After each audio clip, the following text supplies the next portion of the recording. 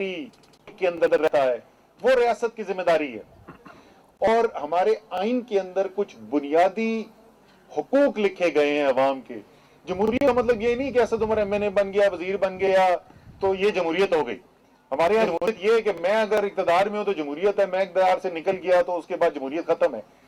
जमहूरियत तो वो है, वो आइन जिसके जरिए ये सारा निजाम चलता है, उस आइन में अवाम हुकूक लिखे में, वो हुकूक उनको मिले।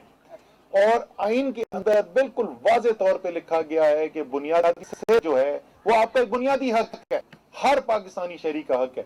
और अल्लाह ताला ने बहुत सारा लोगों को ये इस्तात दी है कि वो अपनी सेहत का अगर खुदा न खास्ता कोई मसला होता है तो उसका इलाज करवा सके। लेकिन बहुत सारे लोग ऐसे भी हैं जिनके पास ये इस्तात नहीं है, और बदकिस्मती से हमारे हुकूमती निज़ाम ने उनको बेयारो मददगार छोड़ दिया है।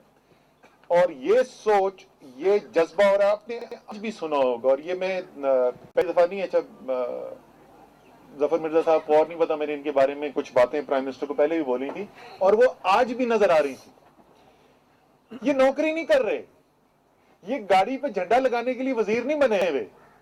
आपने उनकी आज बातें सुनी, उनका दिल का जज्बा है।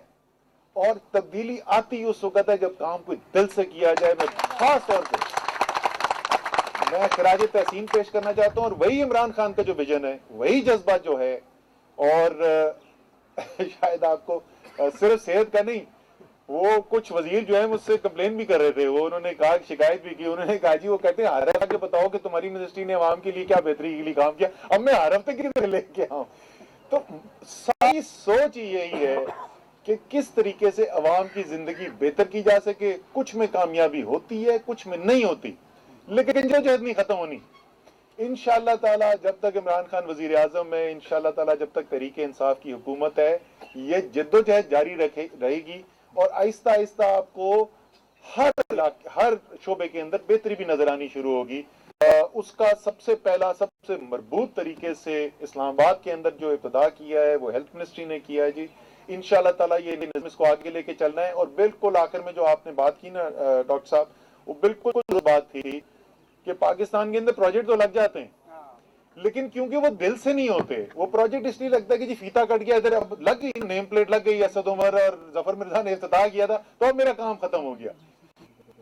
फीता काटना इसका मकसद नहीं है, इसका मकसद है शता और इसके इर्द गिर्द रहने वाले जो अवाम है उनकी सेहत के हालात बेहतर हों।